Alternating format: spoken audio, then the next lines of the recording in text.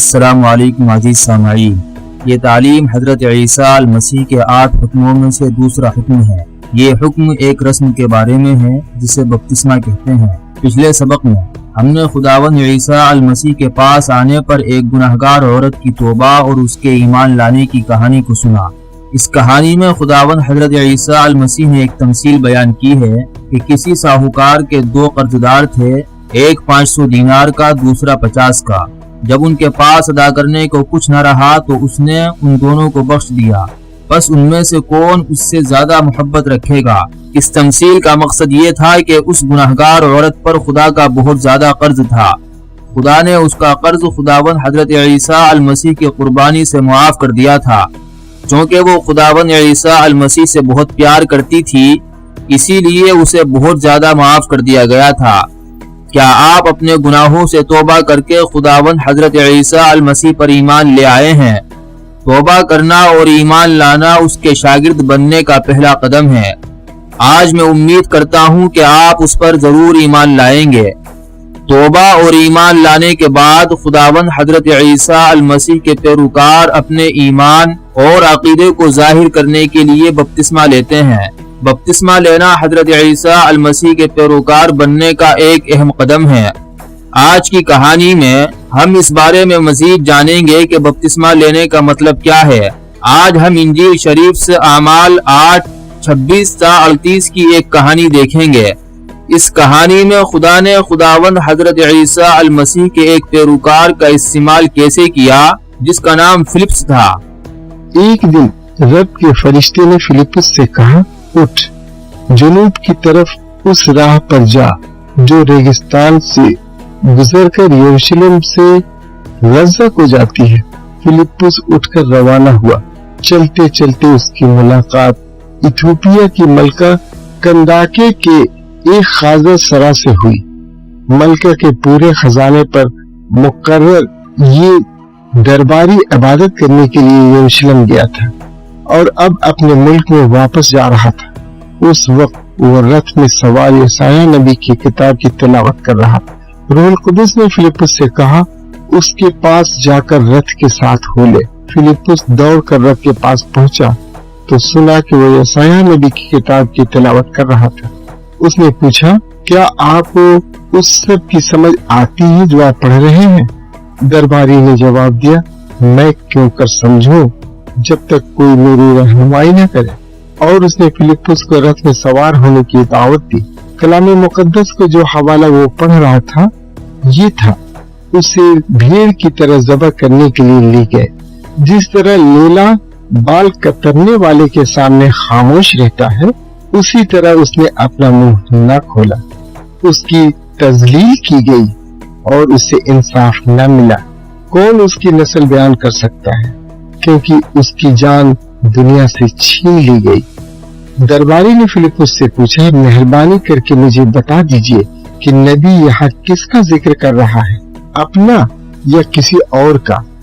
جواب میں فلپس نے کلام مقدس کے اسی حوالے سے شروع کر کے اسے عیسیٰ کے بارے میں خوشخبری سنائی۔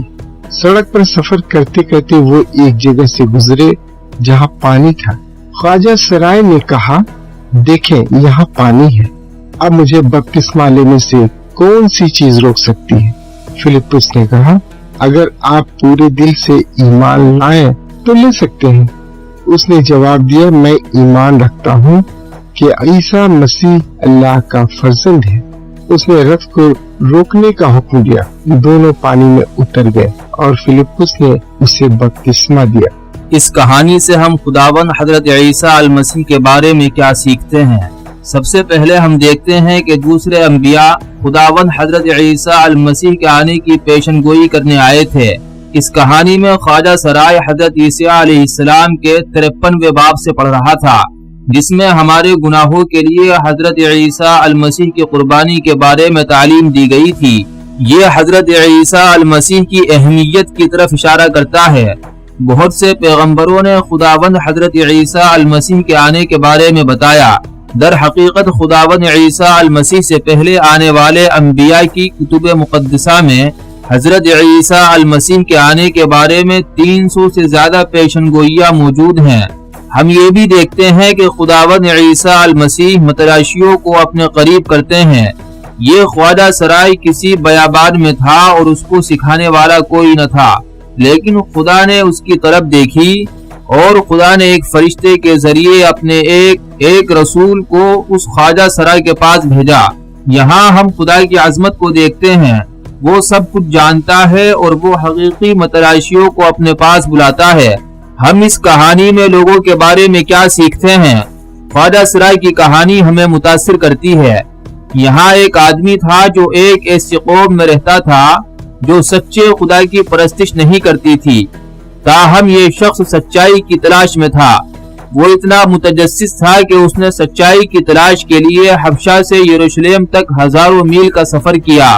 یروشلم میں اسے خدا کا کلام ملا اور وہ اسے پڑھ رہا تھا، لیکن اسے کلام کو سمجھنے میں دشواری تھی۔ آج بہت سے لوگ اس حبشہ کے خواجہ سرائی کی طرح خدا کی تلاش میں ہیں۔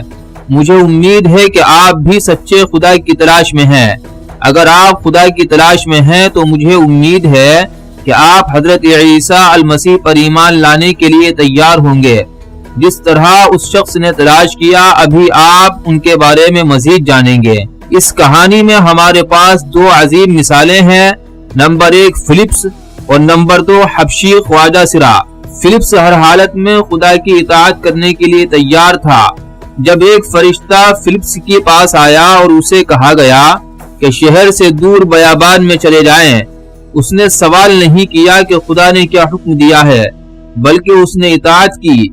پھر جب اس نے خواجہ سرا کے رتھ کو دیکھا تو پاک روح نے اس سے کہا کہ جا کر اس کے رتھ میں سوار ہو جا۔ در حقیقت یہ ایک بہت خطرناک قدم تھا، کیونکہ خواجہ سرا ایک خاص شخص تھا جس کے ساتھ کئی محافظ تھے، لیکن فلپس نے فوراً خدا کی اطاعت کی۔ اسی طرح ہمیں بھی ہر حالت میں اور فوراً خدا کی اطاعت کے لیے تیار رہنا چاہیے۔ نیز فلپس کی خدا کے کلام کو سکھانے کے لیے تیار رہنے کی ایک بڑی مثال ہے۔ اس نے یسیع 53 کے حوالے کا مطلب سمجھا۔ اس نے اس عبارت سے حضرت عیسیٰ المسیح کی پیروی کرنے کا طریقہ بتایا۔